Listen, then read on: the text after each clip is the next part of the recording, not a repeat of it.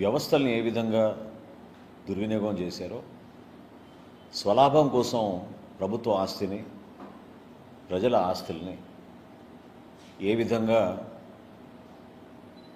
కొంతమంది ఊహించని విధంగా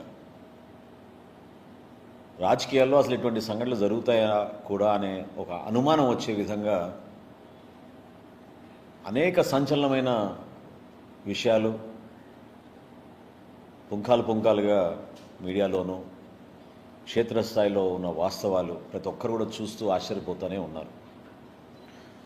ఆ తరుణంలో గౌరవ ముఖ్యమంత్రి గారు చంద్రబాబు నాయుడు గారు, అదేవిధంగా గౌరవ ఉప ముఖ్యమంత్రి గారు పవన్ కళ్యాణ్ గారు చాలా నిజాయితీగా ఉండాలి, ప్రజలు మన పైన ఒక అద్భుతమైన బాధ్యత అప్పచెప్పారు, ఒక ప్రక్షాళన కోసం, సమాజంలో ఒక మార్పు కోసం ఒక మంచి ప్రభుత్వం కోరారు ప్రజలు. దానికి అనుగుణంగా మనం మంచి పరిపాలన అందించి ఎక్కడ కూడా కక్ష సాధింపు చర్యలు లేకుండా మనం పరిపాలించాలనేది పదే పదే మా నాయకులు చెప్పుకుంటూనే వచ్చారు. అందులో భాగంగా పౌర సరఫరాల శాఖ నుంచి క్షేత్రస్థాయిలో జరుగుతున్న అవినీతి, ప్రత్యేకంగా గత 5 సంవత్సరాల్లో వాళ్ళు చేసిన కొన్ని కార్యక్రమాలపైన దృష్టి పెట్టి రాష్ట్ర వ్యాప్తంగా కొన్ని సంస్కరణలు తీసుకురావడం అనేది జరుగుతూ ఉంది. పౌర సరఫరాల శాఖకి ధాన్యం కొనుగోలు చేసిన తర్వాత రాష్ట్రంలో దాదాపు 104 గోడౌన్స్కి ఏదైతే మేము కస్టమ్ మిల్డ్ రైస్ అంటారు, సిఎంఆర్ అంటారు, ధాన్యం రైతుల దగ్గర నుంచి కొనుగోలు చేసిన తర్వాత వివిధ రైస్ మిల్స్కి మేము రాష్ట్ర వ్యాప్తంగా దాదాపు 1300 రైస్ మిల్స్కి మేము అందించి బియ్యంగా మేము మార్చిన తర్వాత కస్టమ్ మిల్డ్ రైస్ని దాదాపు 104 గోడౌన్స్లో మేము వాటిని భద్రపరుస్తూ ఉంటాం. అందులో కొన్ని గోడౌన్స్ ఇన్వెస్టర్ గోడౌన్స్, కొన్ని గోడౌన్స్ బఫర్ గోడౌన్స్, వివిధ జిల్లాల్లో అనేక ప్రాంతాల్లో ఎక్కువ దూరం ప్రయాణం చేయకుండా ప్రజలకి ప్రతి నెల మేము పబ్లిక్ డిస్ట్రిబ్యూషన్ సిస్టమ్ ద్వారా ఏదైతే మేము రైస్ కానివ్వండి, కందిపప్పు కానివ్వండి, ఆయిల్ కానివ్వండి చేరుస్తామో ప్రజలకే కాకుండా ఐసిడిఎస్ ద్వారా అంగన్వాడీ కేంద్రాలకి, అదేవిధంగా హాస్టల్స్కి కూడా, సోషల్ వెల్ఫేర్ హాస్టల్స్కి ఈ సరుకు పంపించే బాధ్యత పౌర సరఫరాల శాఖ నుంచి మేము నిర్వర్తిస్తూ ఉంటాం. ఈ 104 గోడౌన్స్లో మొన్న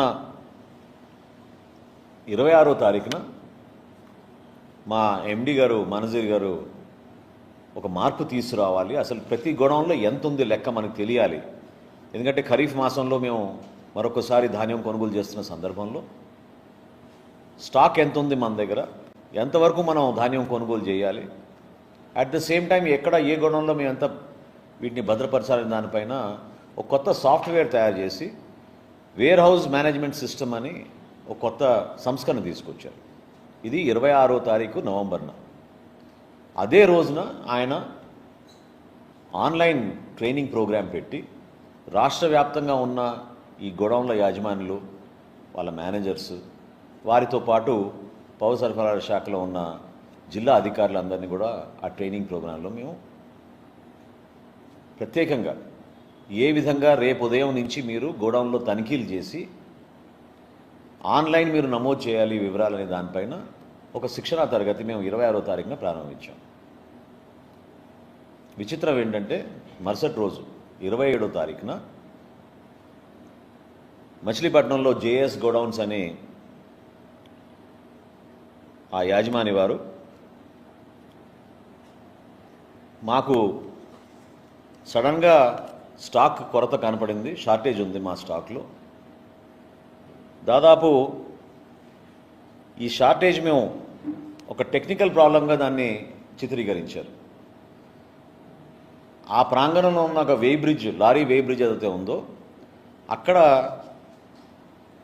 వేయిమెంట్లో పొరపాటు వచ్చింది. కాబట్టి మేము 3,000 సుమారు బ్యాగ్స్ మేము షార్టేజ్ మాకు కనపడుతుంది. దీన్ని మేము బాధ్యత తీసుకుని ప్రభుత్వం ఏ నిర్ణయిస్తే అది దాన్ని బట్టి మేము తిరిగి చెల్లిస్తామని చెప్పి 27వ తారీఖున జయసుధ గారు లెటర్ రాశారు, జాయింట్ కలెక్టర్ కృష్ణా డిస్ట్రిక్ట్. అయితే గోడౌన్లో స్టాక్స్ ఎంత ఉంది, ఏ విధంగా దీనిపైన మేము సమాచారం తెప్పించుకోవాలనే దానిపైన జాయింట్ కలెక్టర్ గారు వాళ్ళ దగ్గర ఉన్న స్టాక్ రిజిస్టర్స్ని బట్టి, బుక్ బ్యాలెన్స్ని బట్టి ఒక ప్రిలిమినరీ రిపోర్టు మా సివిల్ సప్లైస్ కార్పొరేషన్ ఆఫీస్కి డిసెంబర్ 4వ తారీఖున పంపించడం జరిగింది. అందులో ప్రిలిమినరీగా 185 మెట్రిక్ టన్నులు అంటే సుమారు 3708 బ్యాగ్స్ బియ్య బస్తాలు షార్టేజ్ వచ్చిందనేది ఒక ప్రిలిమినరీ రిపోర్టుగా వాళ్ళు నిర్ధారించి పంపించారు. సివిల్ సప్లైస్ కార్పొరేషన్ ఎండీ గారు ఇమీడియట్గా 10వ తారీఖున ఇది మిస్అప్రాపరేషన్ జరిగింది కాబట్టి గైడ్లైన్స్ ప్రకారంగా డబుల్ ద పెనాల్టీ వేయాలి, ఇమీడియట్గా ఈ గోడౌన్ని బ్లాక్ లిస్ట్ చేద్దాం, అదేవిధంగా వీళ్ళపైన క్రిమినల్ చర్యలు తీసుకోమని పోలీసులకి ఎఫ్ఐఆర్ కూడా రిజిస్టర్ చేసేటట్టు కంప్లైంట్ ఫైల్ చేయమని ఆయన ఆ రోజు ఆదేశాలు జారీ చేయడం జరిగింది. ఇది డిసెంబర్ 10వ తారీఖున. డబుల్ ద అమౌంట్ అని ఎందుకు అంటున్నానంటే, ఎప్పుడైనా క్షేత్రస్థాయిలో మేము పోయి పరిశీలించినప్పుడు అది పీడిఎస్ రైస్ కానివ్వండి, లేకపోతే గోడౌన్లో షార్టేజ్ ఉన్నది కానివ్వండి, 1 మెట్రిక్ టన్ కన్నా ఎక్కువ ఉంటే ఖచ్చితంగా మాకున్న చట్టం ప్రకారంగా అమౌంట్ని డబుల్ చేసి మేము వాళ్ళ దగ్గర నుంచి ప్రొసీడింగ్స్ ఇష్యూ అయ్యే విధంగా చేస్తాం. సో 10వ తారీఖున మేనేజర్ గారు లెటర్ రాసిన తర్వాత 12వ తారీఖున జాయింట్ కలెక్టర్ గారు ఒక కమిటీని వేశారు. అందులో ఆర్డీఓ గారు, అదేవిధంగా పౌర సరఫరాల శాఖ నుంచి డిస్ట్రిక్ట్ సివిల్ సప్లైస్ మేనేజర్ మరియు లీగల్ మెట్రాలజీ విభాగం నుంచి అసిస్టెంట్ కంట్రోలర్, ఈ ముగ్గురితోటి ఒక కమిటీ వేసి ఇంకా డీటెయిల్డ్ ఎంక్వైరీ చేసి మీరు రిపోర్ట్ సబ్మిట్ చేయమని 12వ తారీఖున పౌర సరఫరాల శాఖ నుంచి మేము ఇచ్చిన ఆదేశాల మేరకు జిల్లా కలెక్టర్ గారు, జాయింట్ కలెక్టర్ గారు కొత్త టీంని వేసి పంపించారు. ఇది దేనికోసం అంటే రేపటి రోజున రికవరీస్ ఏ విధంగా చేయాలి, పెనాల్టీస్ ఏ విధంగా వీళ్ళపైన వేయాలి, కొంచెం డీటెయిల్గా ఎంక్వైరీ చేయమని మేము కోరడం జరిగింది.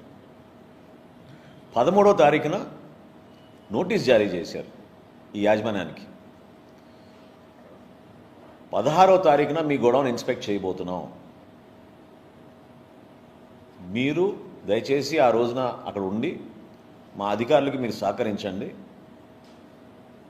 గోడౌన్ తనిఖీ చేసి మేము నిర్ధారించుకోవాలని చెప్పి 13వ తారీఖున వీళ్ళు నోటీస్ ఇచ్చారు.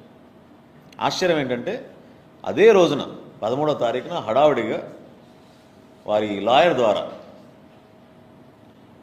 13వ తారీఖున వీళ్ళు ₹1,00,00,000 డీడీలు, ఎందుకంటే ₹1,76,00,000 ₹70,56,000 అమౌంట్ పెనాల్టీగా నిర్ధారించాం కాబట్టి అదే రోజున వీళ్ళు ₹1,00,00,000 డీడీలు తీసుకొచ్చి 13వ తారీఖున కృష్ణా జిల్లా జాయింట్ కలెక్టర్ గారికి వారి అడ్వకేట్ ద్వారా వాళ్ళు అందించారు. సరే 16వ తారీఖున సిబ్బంది అంతా వెళ్ళారు. దాదాపు గంటన్నర పైన అక్కడ వేచి ఉన్నా కూడా వీళ్ళెవరు రాలేదు, తలాలు కూడా తీయలేదు. చివరికి అధికారులు పర్మిషన్ తీసుకుని తలాలు పగలగొట్టి పంచనామాకి లోపలికి వెళ్ళి సిద్ధమైనప్పుడు ఈ యాజమాన్యం తరఫున అడ్వకేట్లు వచ్చారు, ఇంకెవరు రాలేదు, అడ్వకేట్లే వచ్చారు. పూర్తి స్థాయిలో విచారణ జరపడానికి కోసం వీళ్ళు రికార్డ్స్ అన్నీ కూడా సీజ్ చేసి బుక్స్ అన్నీ తీసుకున్న తర్వాత ఈ రోజుకి అక్కడ ఉన్న స్టాక్ అంతా కూడా దాదాపు 4,093 బస్తాలు అక్కడి నుంచి మేము mandal level stocking points, MLS points అంటారు, ఈ మండల్ లెవెల్ స్టాకింగ్ పాయింట్స్కి షిఫ్ట్ చేయడం జరిగింది. ఎందుకంటే వీటిని భద్రపరచాలి, వీటిని రేపటి రోజున మళ్ళీ ఈ ప్రజా పంపిణీ వ్యవస్థలో మేము ఈ బియ్యాన్ని ప్రజలకు అందించాల్సిన బాధ్యత మా పైన ఉంటుంది. కాబట్టి 4,093 బస్తాల్ని ఎంఎల్ఎస్ పాయింట్కి మేము వాటిని ట్రాన్స్పోర్ట్ చేసాం. ఇది మొత్తం పంచనామా చేసిన తర్వాత వీడియో రికార్డింగ్తో సహా ఈ కార్యక్రమాన్ని చేశాం. అయితే ఆశ్చర్యకరమైన విషయం ఏంటంటే వీళ్ళు ఇచ్చిన ఈ లెటర్లో టెక్నికల్ గ్రౌండ్స్ వలన ఏదైతే పక్కన ఉన్న వేయింగ్ మెషిన్ లారీ వే బ్రిడ్జ్ ఏదైతే ఉందో దాంట్లో టెక్నికల్ ప్రాబ్లం వలన మాకు స్టాక్లో కొరత వచ్చింది, ఇబ్బంది వచ్చింది, అందుకనే మేము ఆ బాధ్యత మేమే తీసుకుంటున్నామని వీళ్ళు చెప్పారు. అయితే వీళ్ళు మర్చిపోయారో లేకపోతే ప్రజలకి తెలియదు అనుకుంటున్నారో లేకపోతే ఇన్వెస్టిగేషన్లో బయటికి రాలేదు అనుకుంటున్నారో కానీ వీళ్ళకి ఆనుకుని ఉన్న ఇంకొక వేర్ హౌస్ ఉంది, సత్య వేర్ హౌస్ అని. సత్య వేర్ హౌస్ వాళ్ళని నవంబర్లోనే మేము డీలిస్ట్ చేసాం. సత్య వేర్ హౌస్ వాళ్ళు ఎప్పుడు కూడా ఈ వేర్ బ్రిడ్జ్ గురించి కంప్లైంట్ చేయలేదు. వాళ్ళు ఎప్పుడు కూడా మాకు టెక్నికల్ ప్రాబ్లం ఉంది, మాకు స్టాక్ షార్టేజ్ వచ్చిందని వాళ్ళు ఎప్పుడు చేయలేదు. అంటే ఏ స్థాయిలో వీళ్ళు పోయి ఎవిడెన్స్ని డిస్ట్రాయ్ చేయాలని ట్రై చేశారో ఇది ఒక ఉదాహరణ. సరే, మొత్తానికి ఎఫ్ఐఆర్ రిజిస్టర్ అయింది. ఈరోజు మనకు వచ్చిన రిపోర్ట్ ప్రకారంగా 243 మెట్రిక్ టన్స్ అంటే 4840 బస్తాలు షార్టేజ్గా నిర్ధారించారు. దీన్ని మనకున్న నిబంధనల ప్రకారం అంచనా వేస్తే 2,23,56,000 రూపాయలు.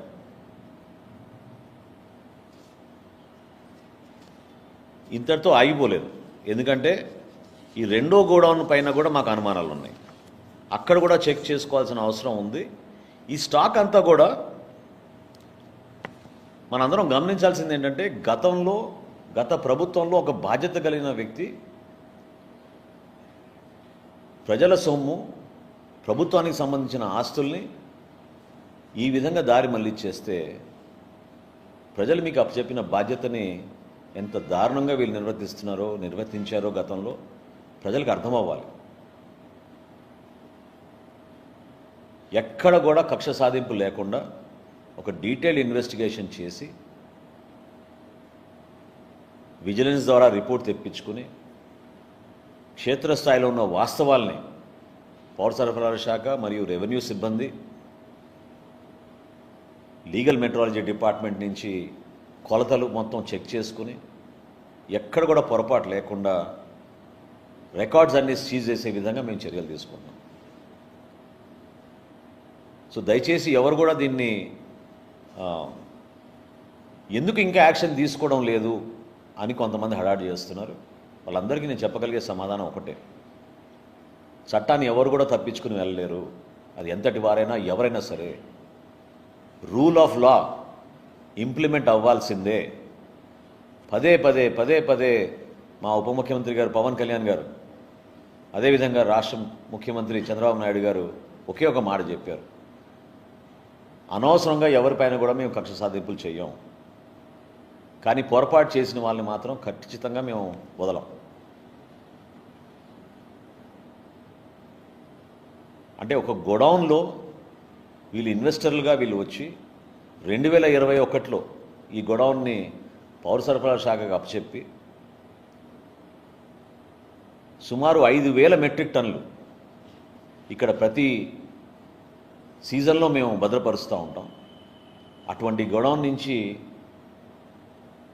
ప్రిలిమినరీగా ఇంకా పూర్తి కాలేదు ఇన్వెస్టిగేషన్. ఇప్పటికే మాకు వచ్చిన లెక్క 243 మెట్రిక్ టన్నులు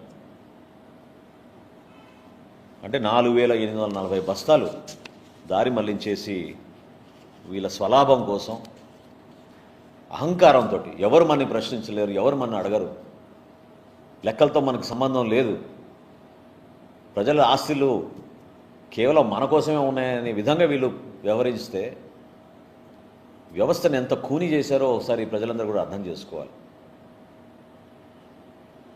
ఖచ్చితంగా నేను రాష్ట్ర ప్రజలకి హామీ ఇస్తున్నాను, కూటమి ప్రభుత్వం 100% ఒక ప్రక్షాళన కోసం మేము అడుగులు వేస్తున్నాం ముందుకి. ఒక మార్పు తీసుకొచ్చి చూపిస్తాం మీకు ఏ విధంగా ప్రభుత్వంలో నిజాయితీగా ప్రభుత్వ ఆస్తుల్ని కాపాడుకునే విధంగా, వ్యవస్థల్ని దుర్వినియోగం కాకుండా అంతిమంగా ప్రజలకే మేలు జరిగే విధంగా మేము ఏ విధంగా నిలబడతామో చేసి చూపిస్తున్నాం. కానీ గత 5 సంవత్సరాల్లో వీళ్ళు చేసిన అరాచకాలు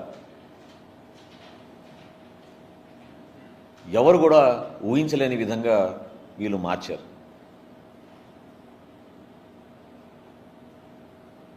అంటే ఒక గొడౌన్లో ఒక బాధ్యత కలిగిన వ్యక్తులు, కుటుంబం ఈ విధంగా వాళ్ళు కేవలం ఈ రోజున డీడీలు ఇచ్చేస్తే సరిపోతుంది అనుకుంటే ఈ కేసు ఆగదు. ముందు వాళ్ళు ₹1 కోటి ఇచ్చారు డీడీలు. మళ్ళీ హడావుడిగా ఏ రోజైతే ఇన్స్పెక్షన్ జరిగిందో 16వ తారీఖున ఆ రోజున మళ్ళీ ₹70 లక్షల ₹56,800 డీడీలు మళ్ళీ సమర్పించారు. అంటే ₹1,70,56,800 డీడీలు వీళ్ళు ఆల్రెడీ సమర్పించారు. ఖచ్చితంగా మేము ఫర్దర్గా ఇన్వెస్టిగేషన్ జరుగుతున్నప్పుడు వివరాలన్నీ బయటకు వస్తాయి. ఇది రావాలి కూడా, ఎందుకంటే ఇది వ్యక్తులు ఎవరని కాదు, ఇక్కడ వ్యవస్థలో మనం ప్రక్షాళన జరపాలి, మార్పు తీసుకురావాలి. అనేక సందర్భాల్లో క్షేత్రస్థాయిలో అధికారులు గతంలో వాళ్ళు చేసిన కొన్ని పొరపాట్ల గురించి బయటికి చెప్పుకోలేని పరిస్థితిలో ఉన్నారు, బెదిరిస్తున్నారు.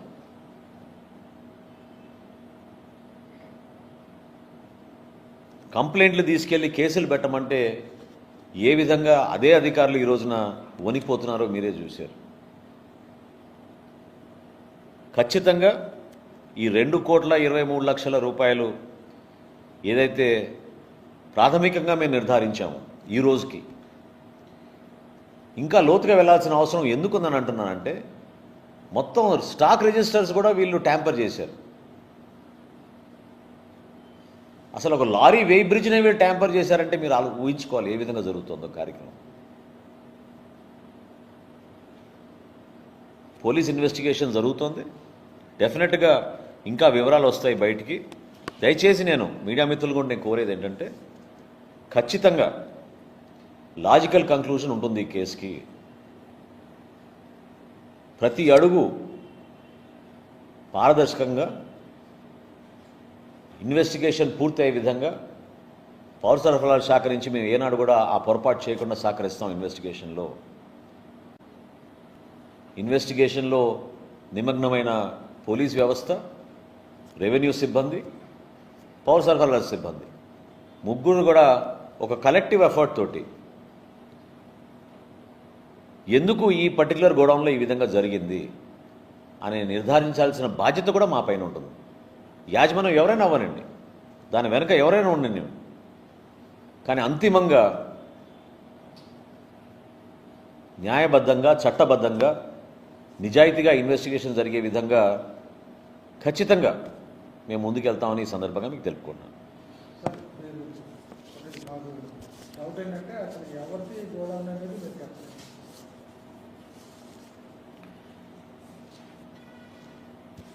జేఎస్ వేర్ హౌస్ అని శ్రీమతి పేర్ని జయసుధా గారిదండి, వారు దీనికి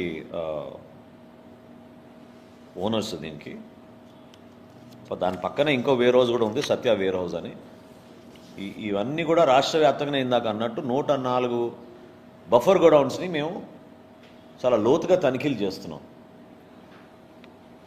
దానికోసం ఈ కొత్త సాఫ్ట్వేర్ తీసుకొచ్చి ఎక్కడ కూడా పొరపాటు జరగకుండా మాకు స్టాక్ బ్యాలెన్స్ ఎంత ఉంది, ఏ విధంగా మేము కొనుగోలు చేసి ఏ గొడౌన్కి పంపించాలనే దానిపైన వేర్ హౌస్ మేనేజ్మెంట్ సిస్టమ్ అనేది ఒక కొత్త సిస్టమ్ మేము తీసుకొచ్చి ఏర్పాటు చేశాం. సో ఆ సమయంలో వీళ్ళు హడావడిగా చేసిన తప్పుని వాళ్ళు ఎప్పటి నుంచో గుర్తించారు. కప్పిపుచ్చడానికి చేస్తున్న ప్రయత్నంలో భాగంగా వీళ్ళు డబ్బులు కడితే అంతటితో అయిపోతుందనే ఒక ప్రయత్నం చేసుకుంటూ ఈ రోజున కోర్టును ఆశ్రయించుకున్నారు. తప్పేం లేదు, కానీ ప్రభుత్వం నుంచి మాత్రం ఖచ్చితంగా we will come out with all the facts. Detailed investigation is going on. ఇందులో ఎక్కడ పొరపాటు జరగదు. దయచేసి మీరు ఎవ్వరు కూడా ఇది సీరియస్గా తీసుకోలేదనో, ఎందుకు దీని గురించి మాట్లాడడం లేదనో అనే అనుమానాలు తెచ్చుకోబాకండి. ఒక ఇన్వెస్టిగేషన్ జరుగుతున్నప్పుడు పూర్తిగా డీటెయిల్డ్ ఎంక్వైరీ రావాలి కాబట్టి ప్రాథమికంగా వచ్చిన సమాచారం మేరకు ఇంకా డీటెయిల్డ్ ఎంక్వైరీ చేయమని జాయింట్ కలెక్టర్ గారికి అదేవిధంగా పౌర సరఫరాల శాఖలో ఉన్న అధికార యంత్రాంగానికి ఎప్పటికప్పుడు సమీక్షించుకుంటూ దాదాపుగా ఈ రోజుకి ఒక కొలిక్ వచ్చింది కాబట్టి నేను మీ అందరితో కూడా ఇన్ఫర్మేషన్ షేర్ చేస్తున్నాను. ఇనీషియల్గా అనుకున్నట్టు స్టార్టింగ్లో వీళ్ళు వేసిన అంచనాలు ఆ రోజున్న బుక్స్ని బట్టి వాళ్ళు ఇచ్చారు. కానీ ఫిజికల్గా స్టాక్ వెరిఫై చేసి స్టాక్ మొత్తం అక్కడి నుంచి దగ్గరున్న MLS పాయింట్కి తరలించారు కాబట్టి 3708 బస్తాలు కాదు, అది 4840 బస్తాలుగా నిర్ధారించారు. దానికి ఖచ్చితంగా ప్రభుత్వం నుంచి క్రిమినల్ కేసెస్ ఫైల్ చేసి డెఫినెట్గా మేము యాక్షన్ తీసుకుంటాం. నిర్ధారించాలి, కానీ అదే కాంపౌండ్లో ఉంది. సో డెఫినెట్గా అది కూడా చెక్ చేస్తాం.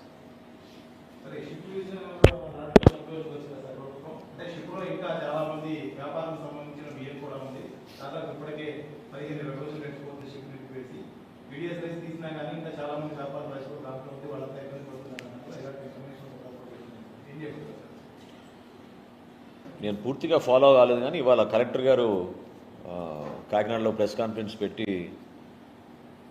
గౌరవ ఉప ముఖ్యమంత్రి గారి ఆదేశాల మేరకు క్షుణ్ణంగా షిప్లో డీటెయిల్ ఇన్వెస్టిగేషన్ చేశాం.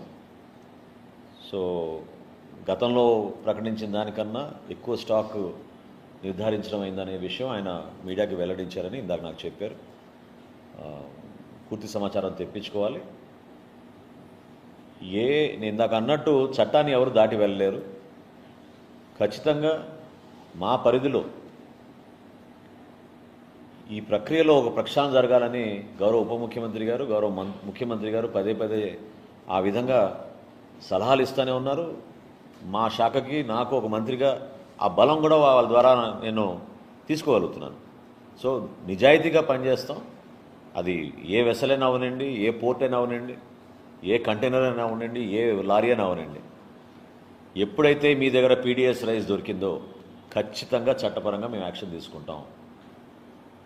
మొట్టమొదటిసారి రాష్ట్రంలో PD యాక్ట్ కింద రైస్ స్మగ్లింగ్ కూడా తీసుకొచ్చాం. ఇదివరలాగా 6A చట్టం వాడాం. ఇంకా రాబోయే రోజుల్లో మినిమం 6 months జైలు ఎవరైతే PDS స్మగ్లింగ్ చేస్తారో ఈ రైస్ని, అటువంటి చట్టాలు మేము తీసుకొచ్చాం. ఆ పొరపాటు జరగకుండా ప్రజల కోసం కష్టపడి దాదాపు 13,000 కోట్ల రూపాయలు వెచ్చించే ఈ బియ్యాన్ని ప్రతి కార్డు హోల్డర్కి సక్రమంగా చేరే విధంగా మా శాఖ నుంచి, మా ప్రభుత్వం నుంచి మేము బాధ్యత తీసుకుని ప్రజలకు తీసుకెళ్తాం.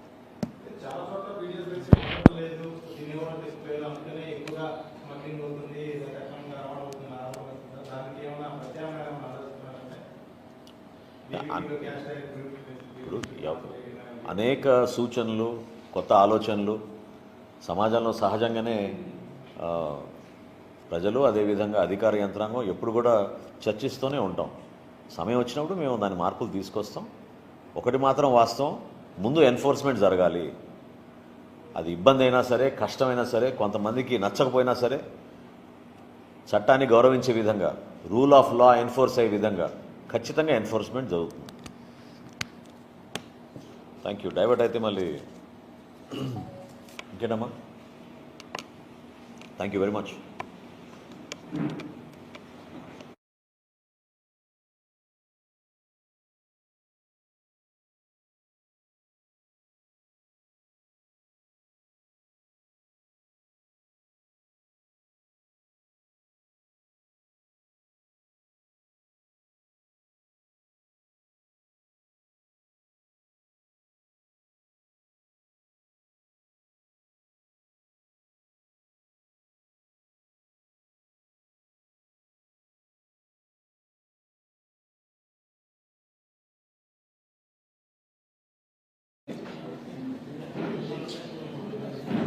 ఆమె పేరే ఉంది కానీ అవునా కదా.